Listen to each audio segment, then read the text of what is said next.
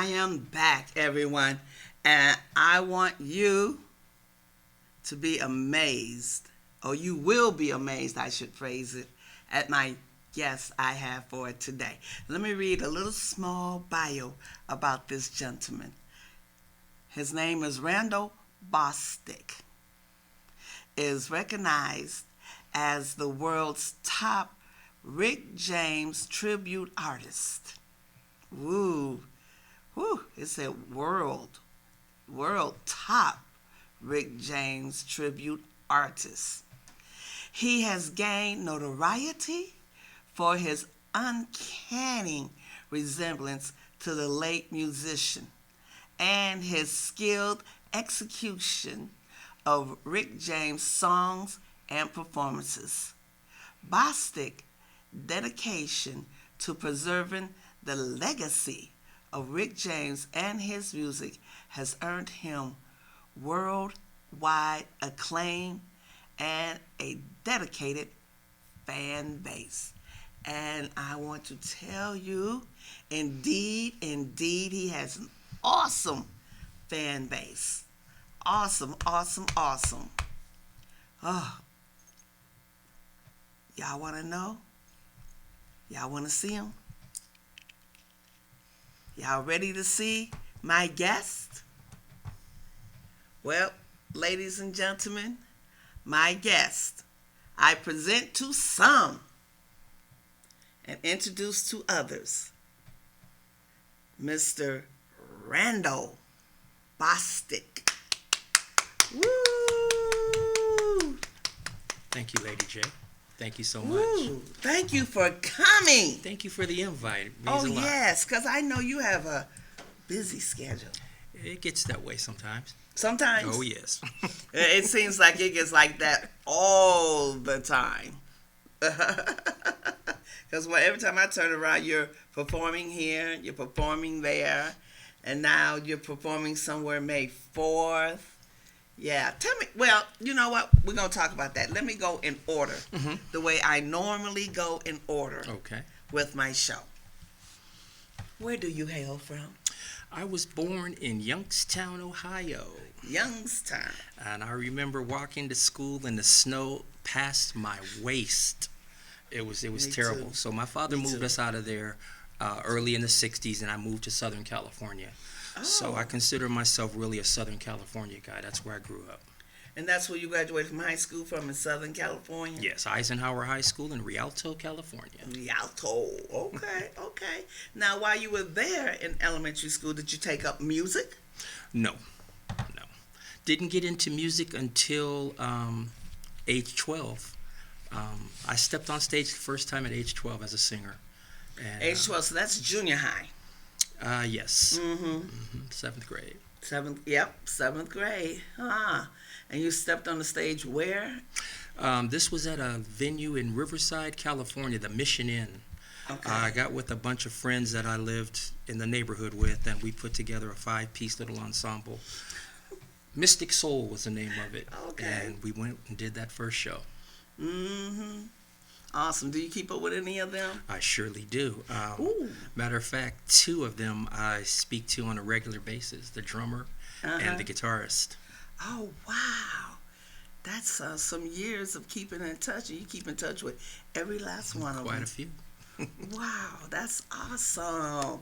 I have to applaud you on that, because not too many people can say that. So you did good. Did you go off to college? I did some college in San Bernardino. I went to Valley College after I got out of the military, and I know you support veterans, so I thank you for that. I really appreciate that. That's what my concert is. We jamming for our vets. Right. That's what my concert is. That's great. I went to Valley College for a semester and a half, and I had to drop out because duty called. There was a gig coming up in Japan that I wanted to go to, and I said, hey, I'm going to have to drop. I have to go. Wait, you dropped out of college to go to Japan? Yes. To perform? Yes. Oh, how was that? Well, actually, I didn't make it. Say what? The gig canceled. So I had made up my mind. So when I went to when I got into college, I had to find a major, and I said, well, I'm interested in music, so I'll major in music.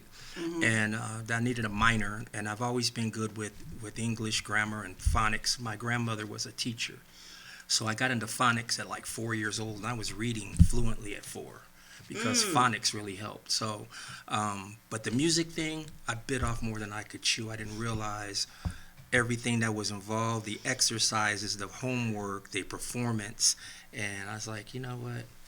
I'm going to go to Japan. And then when that fell through, I decided, well, college, I'll just have to put it off. You needed my opera vocal teacher. I took private vocal lessons at Marygrove College in Detroit, Michigan. And that professor, that teacher, that man was a professional opera singer for Detroit Symphony Orchestra. Wow. And he was a toughie. I remember him now because I'm doing one of his exercises that I hated then, but now I see the benefits.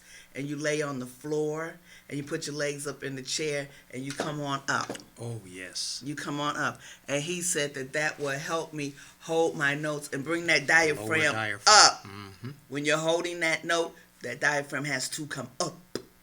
And I says, okay, it will come up. Okay. And it is good for the lower abdomen to make it smaller. Crunch it down. So, yeah. I remember him for that because I'm doing that exercise now. All right. Yes. I might have to take you up on some of that and steal that from you. Okay. You need to come on over to the house and get into my pool because I love to do it mostly on my steps at the pool and hold my breath and then... hold and let when I'm coming up, I let the breath go and then hold my breath, go back into the water. And it's not deep water when it's right at the steps. It's not. But I do it better. I found out I do it better there than on dry land. Yeah, I can kind of see how that would be easier because the water kind of takes up a little bit of the weight of the legs. So it's not as hard to get. The little buoyance. Yeah. Okay. So you were in California, Japan, the Army. How in the world did you get to Vegas? Interesting story. So, all through like junior high school, I've always performed. I was, we played all the proms and dances and sock hops and whatnot. So I was kind of like a celebrity around the San Bernardino Inland Empire area. Okay, good. And we did a performance at a park that they do yearly, springtime in San Bernardino downtown, Court Street. And I decided I'm going to do something a little different. I want to come up with an image. I think I'm going to do a tribute to like Rick James. So I went out and bought a wig. The band I played with in the early 80s, we had the knee-high boots and the shoulder pads with wings and, all this glitz and glam and lame. Yes, I still had those boots. So I said, the boots, I'll get some leather pants, and I'll come out as a Rick James thing. And I did a couple songs. One of my buddies who lived here in Las Vegas that formerly went to Eisenhower with me saw that show, and he said, man, you look so much like Rick James. I want you to come to Vegas, and let's put a little tribute thing together. Okay. So I made a trip to come up one weekend, and we're in the studio recording some tracks for a demo. Little did I know that the sax player who kept looking at me was a roommate to one of the management personnel that handled Stone City's engagements. And so we took a break, and he's on the phone instantly. And so about 10 minutes later, these two guys walk in, and they meet me, and, they listen to the recordings. So after it was all said and done, they were like, hey, man, nice to meet you. My name is Nate Hughes, and I'm Lannis Hughes. These were the Hughes brothers from Stone City Band. And they asked how long I was going to be in town. I said, well, I'm leaving tomorrow. I said, would you be interested in, doing an audition? We're looking for a new singer. And that's how I did it. So that next day, I'm really excited. I'm calling back home. Hey, I'm going to audition for the Stone City Band. Whoop, whoop, whoop. So I get to the guy's house, which happened to be, and we just lost him to last week, Mr. Billy Nunn. Sorry. Yeah. Yes, Billy Nunn. Yeah, he gave me my audition, and when I walked in the door, his best friend, who was then the lead vocalist for the Stone City Band that did all this stuff like Lady's Choice, Freaky, Mr. Levi Ruffin Jr., who also played keyboards in Rick's band, and he was the musical director. He just couldn't believe it. He started using profanity and he couldn't believe it. He's like, Rick just walked through the door. What's going on here? Is this a joke? And so we got through all that, and within the third song, Billy said, you know what? Welcome to the family. So I was just like that. Just like that. It didn't have to go home and then wait on your call back. It was just like that right then and there. Yes. Awesome. Got to applaud you. Got to applaud you. Oh, because that's such a feat. That's a feat. Rick James, oh my God, that's a feat. As a youngster, I can remember saying that what really would make my life complete is to be on a big, huge stage in front of thousands of people. So I just felt that unfolding right there in front of me. It was something. It was a really good feeling. I know that feeling. I'm still itching for that feeling, itching and yearning for that feeling. My doggone self to be on the stage in front of thousands of people. Mm-hmm. Yeah, yeah. I still have that tinkling around in my head and in my heart. So what happened after that? So I was living then in Apple Valley, California, high desert, and I would come to Vegas every week, Tuesdays and Wednesdays for rehearsal, because they had some stuff coming up. I believe it was in August, and this was in June 1st. So making that trip back and forth every week started to be a pain. I was waiting on you to say that. So I decided might as well move to Las Vegas. Might as well. So once I got in Las Vegas, and this city is really something. It's a different animal. It is something. It's a different animal. Okay? So being downtown on the Strip and things like that, it got to be where I couldn't hardly walk 2 feet without people wanting a picture, an autograph. And then that phrase was out, I'm Rick James, you know the rest. And if I had a penny for every time I heard that, I'd probably be a millionaire. But it really got to be, that hectic where I just decided I can't go to the Strip. I just can't do anything down there trying to eat. People want a picture. Can I sit in your lap, take a picture? Can you? Autograph? Yeah, it was crazy. Autograph. Yeah. I know they want you to autograph. Yeah. They really thinking you're him. So you're him. When Stone City started doing their touring, the first stop was Long Beach. That was my first show with them in Long Beach at the Funk Festival. And I walked out on stage, and I mean, it was probably, I'd say maybe 5,000 to 6,000 people. It was an outdoor event. So when I walked out, I was kind of struck a moment looking at all the people, and then their reaction from seeing me come up the ramp. It was like, oh my goodness. That right there told me I got something going right here. So not that I tried to mimic Rick or anything. I've always done cover songs, like coming up through since 12. But I just tried to do the songs the way I felt that they should be done, that way people remembered them. And it went over very well. So okay. It was a great experience. Oh, wow. Awesome. Now, I don't know why, so help me. I don't know why I have it in my head that you played in Rick James' band at one point. Well, yeah, this was the Stone City Band. Rick James died in 2004. Yeah, okay, so his band was named hired Stone me in City. 2010. The band is Stone City Band. Okay, gotcha. All right. That's why I'm like hearing, you played for Rick James or something like that. Never got to meet him. Huh? I never got to meet him. Ooh, that would have been so fantastic and so far out. Yeah, never met him. I did meet Tina Marie though, and that's another story, boy. That's another story, he says. Well, we're going to take a pause for the cause on that note, and we'll be right back.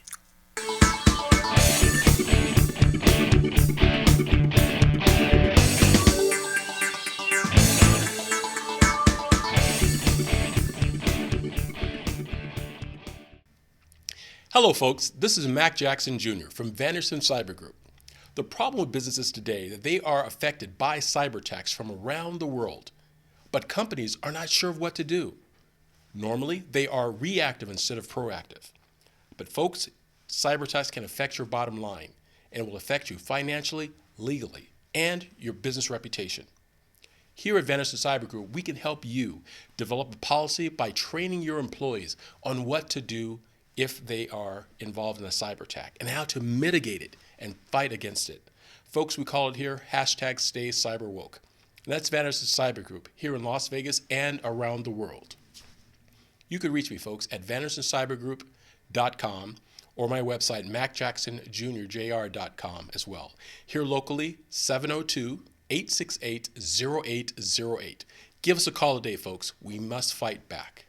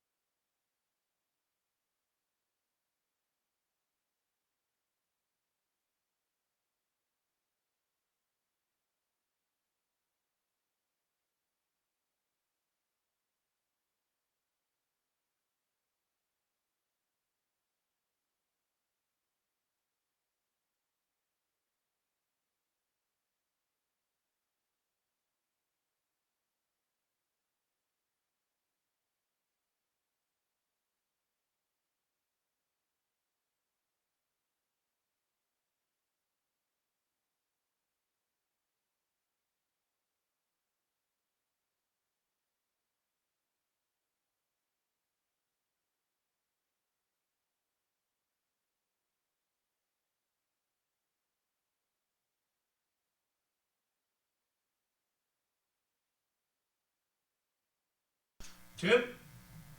And we are back with Randall Bostick. Now, Randall, please tell me and my viewing audience about Miss Tina Marie. One of the most memorable moments of my life. Went to a concert of hers in 2005 at the Riverside Municipal Auditorium. I had made some calls ahead of time because since I did the show in San Bernardino doing the Rick James thing for the first time, and it went over well, I thought, well, maybe if I get a chance to get with Tina Marie, I might have a shot of making this really happen. So I called ahead and spoke to her manager and said I wanted to come down and bring a package, my press kit and stuff.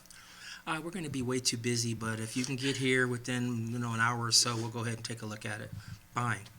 Shot down to the concert, got in the back door, met with the management, took the envelope, pulled out my picture, said, "Is this supposed to be you?" And I said, "Well, yes, that is me." "Okay, well, we'll take a look at it." Threw it in the chair, and that was it. Walked away. I said, "Well, do you think I can maybe meet Tina? We're going to be much too busy. Sorry." I said, "Okay, well, persistence is everything." So I was already in the venue. Yes. So I decided, since I'm here, I'm just going to kill some time. And I walked around the whole venue. I mean, I walked from wall to wall, stage to the other side. So they started letting people come in. By this time, starting to get full. I'm still walking. Now, my hair wasn't braided. I wore a ponytail before I got the braids. And I was wearing a long, three-quarter length white suit, purple hat, purple shirt, purple shoes. So I was standing out pretty Yeah, I well. would say you were. And so once the concert started, I found a spot like to stage right, just near the front. Tina came out and the crowd just went crazy. So she started doing Fire and Desire, and I said, "I'm going to make my move." And I started to go up to the stage, and the security guard said, "Sorry, man, you can't." I said, "Man, I'm sorry, but I have to go." So I shot past him and I got up to the stage, and she was giving her intro to Fire and Desire and talking to the crowd. And I was calling her, Tina, Tina. And she says, "What? Did I call you?" "No, but I like your suit, though." So I had this necklace made of the heart and wings that Rick used to wear. And she saw that. She says, "Wait a minute, bring him up here. Let him up, bring him up." And so they walked me up the stairs to the front of the stage. And she looked at my necklace. She said, "I loved Rick James. Do you sing?" I said, "Yeah." She grabbed me by the hand and walked me to the center of the stage. Ooh. And she started doing Fire and Desire. And the crowd was going crazy. She held that note, a long time. Yes. And I'm kind of singing along with her, and the crowd could hear me, and they're like in the front row, "Give him a mic, give him a mic." And she never brought me a mic, but she put her mic up to my mouth, and I did one of Rick's parts, and the crowd just screamed with oh my gosh. And I was like, wow. So later in that, she says, "Do you want to sing a little bit?" And I said, "Sure." And I leaned forward. She says, "No, take the mic, take the mic." She gave me her mic. I said, "I got to make this memorable." So I fell to one knee, and I held my hand out to her, and I just sang to her for a moment. You went on one knee. Yeah. Okay, I had to make sure I heard that right, y'all. And actually, you can see this on YouTube. There's a YouTube link. I don't recall what it is, but it's Tina Marie doing Fire and Desire. It's about 14 minutes long because she does three other songs with that. Oh, okay. But mine is the first segment. And after she asked me, "What's your name?" I said, "Randall." She said, "Let's give it up for Randall." So I walk off stage, and as I was walking away, she said, "Hey, Randall." And I looked back, and I said, "Yes." She said, "My boy would have loved that." And I just walked to the stage, and she bent down and gave me a hug. And I think that might have played a part in why I got the job with Stone City as well, because I know they were real tight. Persistence. Yeah. You had that persistence. But yeah, I wasn't gonna leave when I got just disrespected with that thrown in the chair. I wasn't gonna leave. Oh my goodness. Now, what else? Okay, now Tina Marie, and what's next that we said we were going to talk about? Legends of Motown. Well, of course, I have a tribute band. Now, I think that was first a tribute band. Yeah. So, in the time that I spent with Stone City Band, which was 13 years, things started to slow down. Thank goodness I kept a job because music was, my baby, my heart, but didn't always pay the bills. Right. So I worked at an electronics retail store, which I won't mention. We won't mention. But I retired from there. Actually, it was 13 months ago. So I've been retired from that. You got this number 13 working here. There you go.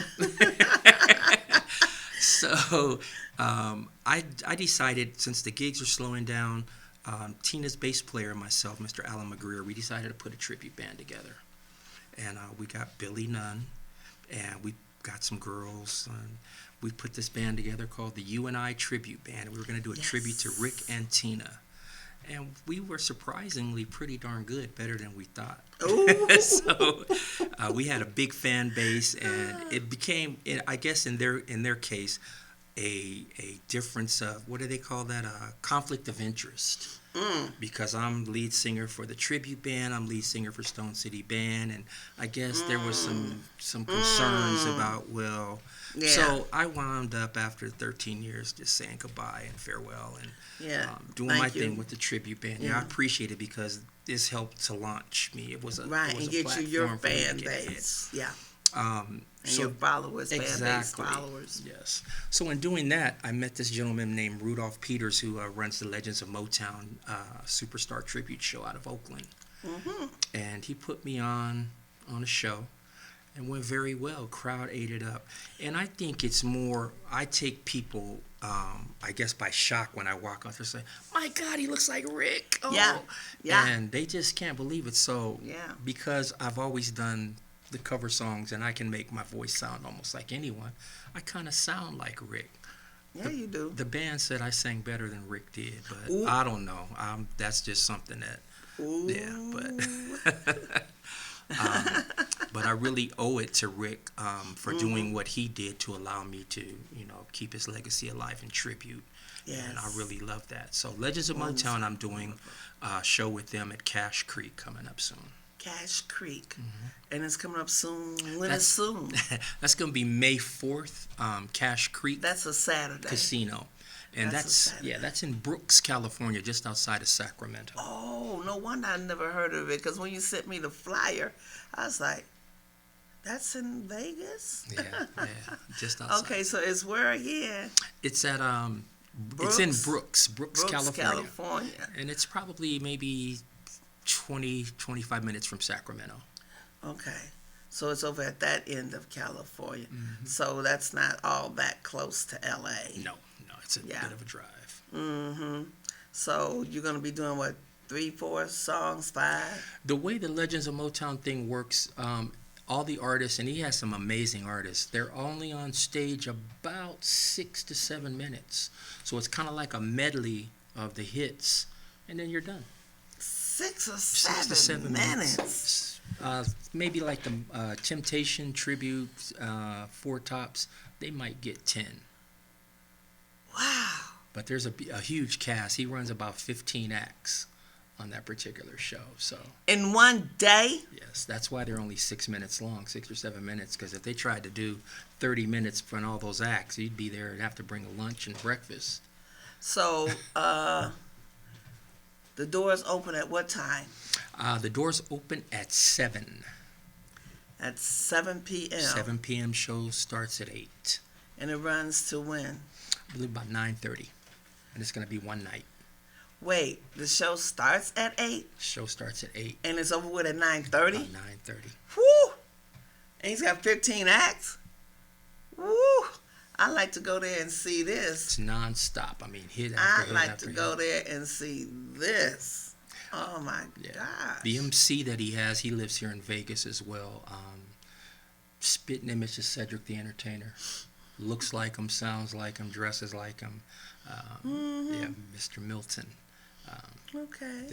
They do a good job. Well, okay then. Well, anything else you would like to speak about? We have about 3 minutes left. About 3 minutes? Yeah. I would just like to say that that bio that you read, Yes. that came straight out of the words of Alexa. I did a show in February at Saboba Casino in San Jacinto, California, and it was a sellout.